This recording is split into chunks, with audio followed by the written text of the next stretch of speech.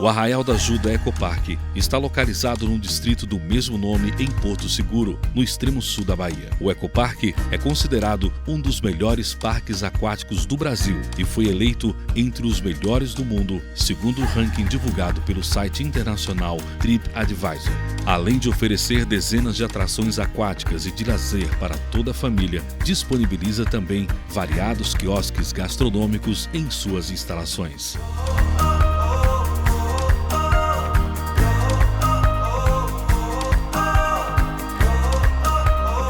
É dentro deste complexo que funciona o projeto Coral Vivo, que é patrocinado desde 2006 por meio do programa Petrobras Socioambiental.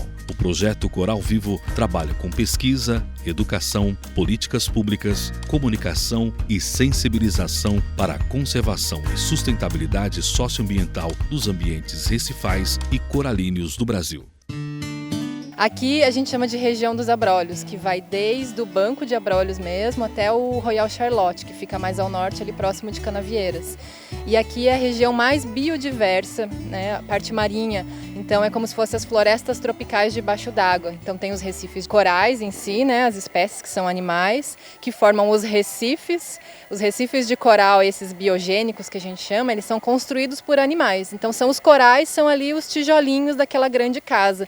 E vai formando milhões de condomínios, que são os recifes, que abrigam os peixes, os crustáceos, milhões de outros invertebrados, polvos, e aí atrai as tartarugas, atrai peixes maiores, atrai o pescador, né? E atrai o turista. Sim.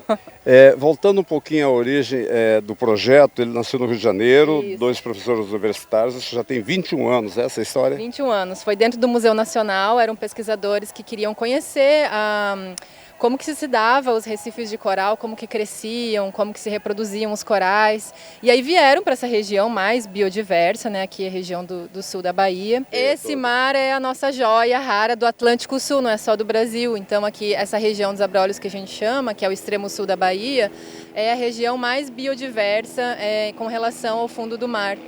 E então vieram para cá para começar a estudar. E aí conheceram toda essa diversidade, essa quantidade de corais, né, que é muito diferente do resto do Oceano Atlântico Sul. E então vieram para cá em 2003. E em 2004 conheceram o Ecopark. E aí fomos convidados para fazer um trabalho aqui dentro, que era uma pesquisa para conhecer como que se dava a reprodução de uma espécie importantíssima de coral, que são as espécies de coral cérebro. Essa espécie aqui chama Mucismilia brasiliensis, é o coral cérebro da Bahia. Ela ocorre somente aqui na Bahia e no Espírito Santo, então não tem outro lugar do mundo essa espécie. E a gente está cuidando delas aqui, a gente coletou do mar, trouxe para cá, tem todo esse cuidado, porque está no período dela desovar, dela se reproduzir. Ela libera os gametas, tem a fecundação externa do óvulo. Não é uma planta, não é uma pedra, é um animal. Então tudo que a gente vê aqui, essas extremidades aqui, são pólipos, são pequenos clones. Então é uma grande colônia de vários indivíduos coladinhos e idênticos. Na verdade, os corais, eles possuem uma microalga que vive dentro deles chamada zooxanthella. E ela faz fotossíntese, ou seja, ela recebe energia da luz do sol e transforma em comida. E ela vive dentro do coral. Eles têm uma relação que a gente chama de simbiose, que é aquela relação ótima para todo mundo. Então o coral dá casa para ela morar e ela dá comida. E eles fazem essa troca. E aí tem diferentes tipos de zooxanthelas nos corais. E aqui é o caso, é esse o caso, né? Tem uma variaçãozinha, eles têm ali um tom meio pastel, um cinza escuro, alguns mais marrons, mas Essa água é salgada? É a água que vem daqui da frente. A gente tem um cano de captação a mais ou menos 1 quilômetro daqui. Então ele não pega essa água represada, ele pega uma água fresca, um pouquinho mais fria, evita poluição. E aí ela vem diretamente para cá. Então é por isso, esse é um dos motivos da gente ter tanta certeza de que aqui os corais não estão sofrendo de jeito nenhum, porque eles têm uma condição muito boa. A gente tem monitoramento, se a água esquenta, como está esquentando, né? A gente está passando por um momento aí de mudança climática, aquecimento global, então o oceano está ficando mais quente. Então aqui a gente consegue manter a temperatura em torno de 25 a 27 graus, a gente tem equipamentos para isso. Tudo aqui embaixo desse deck são caixas d'água e equipamentos que a gente usa aqui para manter essa circulação da água.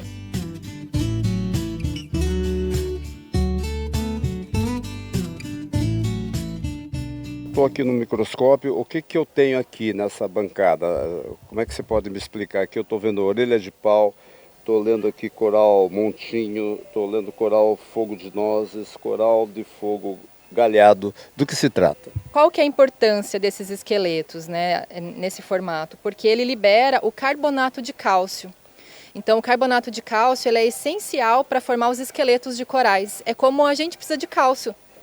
Porque senão a gente tem, né, a depender da idade, vai ter a osteoporose, ou seja, descalcificação, vai perdendo o cálcio dos ossos. Eles perdem o carbonato de cálcio e eles vão ficando porosos. E é o que acontece, o esqueleto, o coral vivo, quando ele está vivo no mar, acontece isso com ele e ele vai se quebrando. E aquele recife maravilhoso, tridimensional, em que os peixes, os crustáceos, todos os organismos vão lá viver, vão morar, vão se reproduzir, vão se alimentar, não vamos conseguir usar esse ambiente porque o recife não consegue crescer. A gente diz que o oceano é o regulador do clima.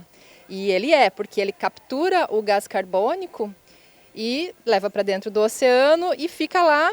Esse carbono vai acidificar as águas e vai provocar esse fenômeno em todos os esqueletos, não só dos corais, das conchas de forma geral. Então essa parte não vai se formar e aí um ciclo importante, né, um ciclo importante biogeoquímico não vai se completar no oceano, que é um dos principais, que é essa relação do pH, né?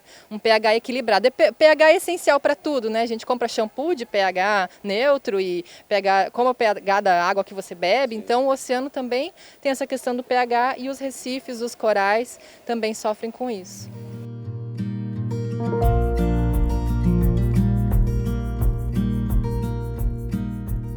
Flávia e Gustavo Pérez, que é o gestor aqui do Ecoparque, uma curiosidade, nós temos aqui, eu vou chamar de tubulão, mas você explica melhor, aqui no extremo do Ecoparque, saindo mar adentro. Gustavo, do que se trata, por favor? Esse cano é um cano de captação de água. Ele não existe um movimento do parque para o mar. Pelo contrário, é uma captação de água do mar para os corais, justamente para essa questão da preservação, pesquisa, até porque para ter um desenvolvimento das pesquisas é necessário um ambiente favorável ao coral. Então ele precisa estar como se estivesse na natureza, né? No ambiente dele, na casa dele. Então o que é feito é um ambiente, não vou dizer o mais próximo possível do mar, porque realmente é uma reprodução do mar. Então essa é a função desse cano. Porque olhando assim até causa para uma pessoa desavisada ou desinformada a impressão que dá que ele sai do ecoparque mar adentro, né? E é ao contrário, ele faz a captação da água e vai quantos metros, Flávia, mar adentro? Ele vai 800 metros, então ele sai daqui, depois eu posso mostrar aqui embaixo desse deck, é onde está a caixa d'água e é onde está a bomba d'água que vai puxar a água e a gente tem aqui, é um cano por dentro desse tubo, né, para proteger o cano, porque se ele quebra, se ele tem qualquer problema, imagine numa maré alta, no inverno, quando tem aquelas frentes frias, então ele é muito arriscado dele se quebrar e se ele se quebra, a gente não consegue mais captar água com sucesso, né? Então ele vai daqui, ó, ele vai passar ali embaixo daquele barco e vai curvar lá para onde estão aquelas ondas, a 800 metros lá para fora. E aí por que é tão longe, né? Porque essa água aqui, ela é mais represada, ela é um pouco mais aquecida, ela pode sofrer um pouco mais assim em ter protetor solar, porque é onde as pessoas mergulham, ou outras questões de poluição. Então, uma água lá fora, ela é mais fresca, mais oxigenada, e um pouquinho mais fria e, como o Gustavo falou, é uma água mais referente ao ambiente natural mesmo, para a gente reproduzir aqui. Lembrando que nós estamos aqui no mar e na praia de Arraial da Ajuda, né? Explica um pouquinho mais a nossa localização para quem está nos vendo assim, de longe, né? Para localizar. Estamos em pleno Arraial da Ajuda, na beira-mar, dentro do Ecoparque, e mostrando esse trabalho fantástico aqui de biologia marinha, é isso? Exatamente. O Ecoparque ele é conexão total com a natureza, então são toboáguas, piscinas e toda a sua estrutura totalmente conectada com a Mata Atlântica. E aqui ao lado a gente está na praia do Mucugê, essa praia que você vê que é extremamente não só gostosa de se ver, mas de provar mesmo. É uma água morna, é uma água gostosa, é uma piscina natural. Então quem vem para cá tem piscina artificial aqui dentro, a gente fala que a gente tem a piscina com ondas artificial e tem uma linda aqui na frente que é a praia do Mucugê. Além da nossa questão de preservação interna aqui de tudo que é tocado pelos clientes, a gente vive em total harmonia com a flora e com a fauna aqui da Mata Atlântica. Tem essa parceria com o Coral Vivo também, que é um super trabalho que eles fazem. Ao longo dos anos aqui eu venho acompanhando, inúmeros pesquisadores visitam o Coral Vivo. Ele é referência hoje no país nessa questão. Então, para a gente é um super prazer tê-los aqui e ver esse trabalho tão responsável e que beneficia de forma assim, não só os visitantes do parque, mas o trabalho que eles fazem também de visitação das escolas. Inclusive, quem estiver acompanhando de Porto Seguro pode marcar com eles uma visita e vir conhecer o projeto Coral Vivo. Marcar escolas, grupos, famílias, enfim. Entre em contato com eles, entre em contato com o parque, que vai ser um prazer receber e ter essa aula. Especificamente o coral, ele é o que constrói o ambiente. Então ele gera a casa para vir todo mundo morar.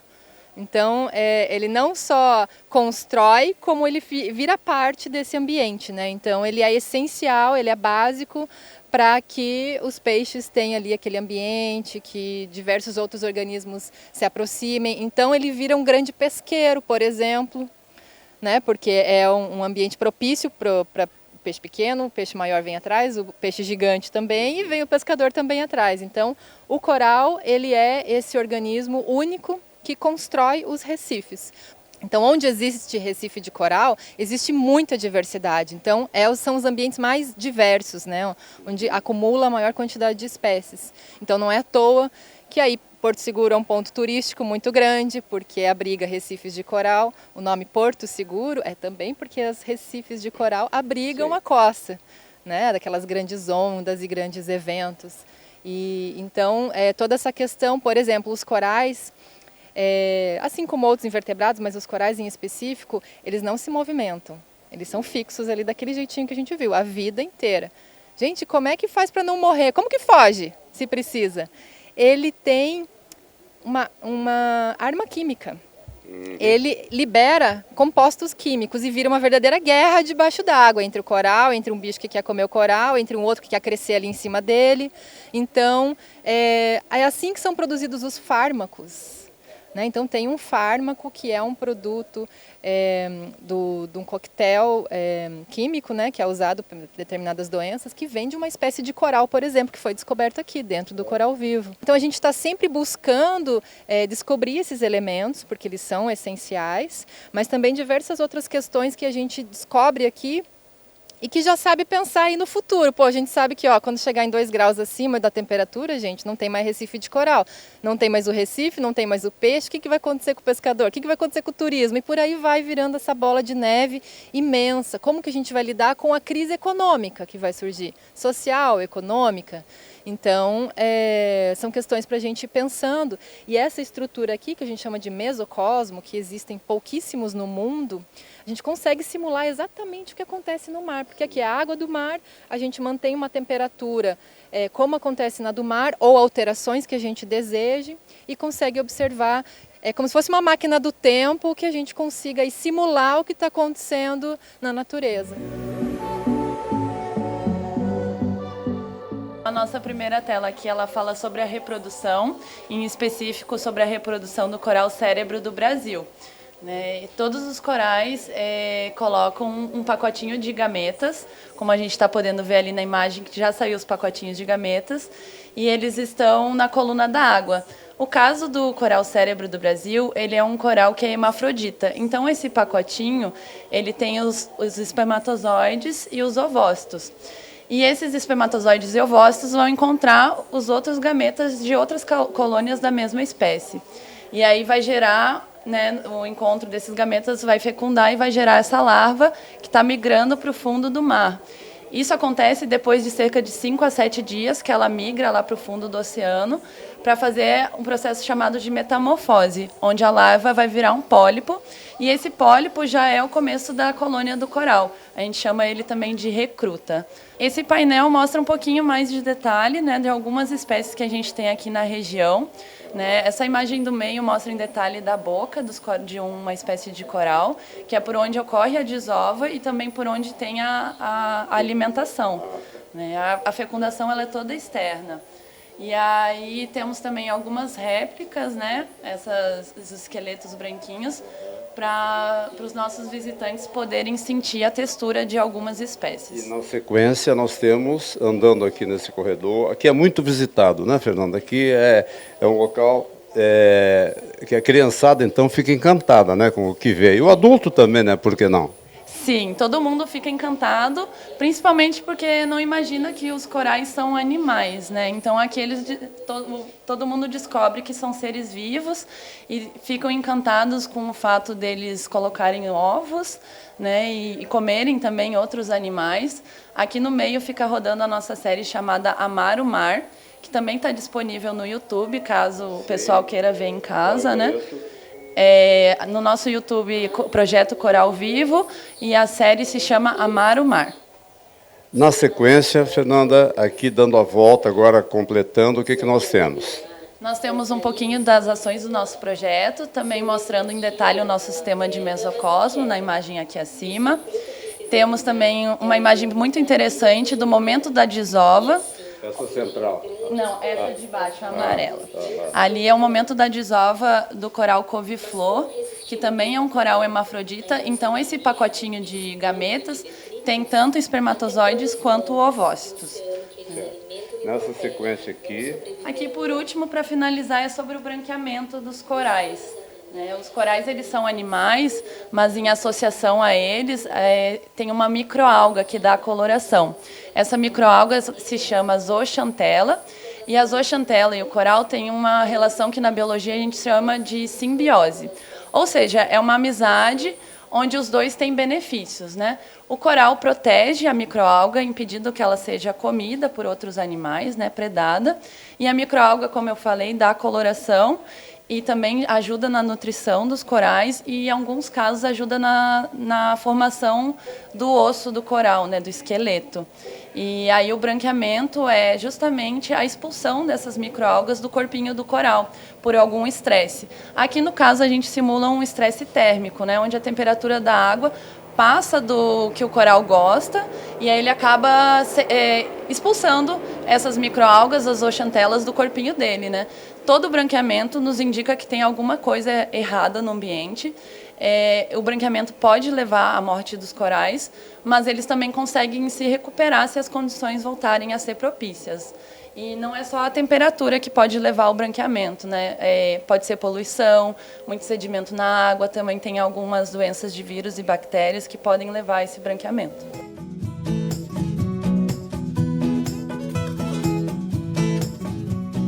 Nós somos uma iniciativa não governamental, né, uma ONG chamada Instituto Coral Vivo, e um principal projeto é o Projeto Coral Vivo.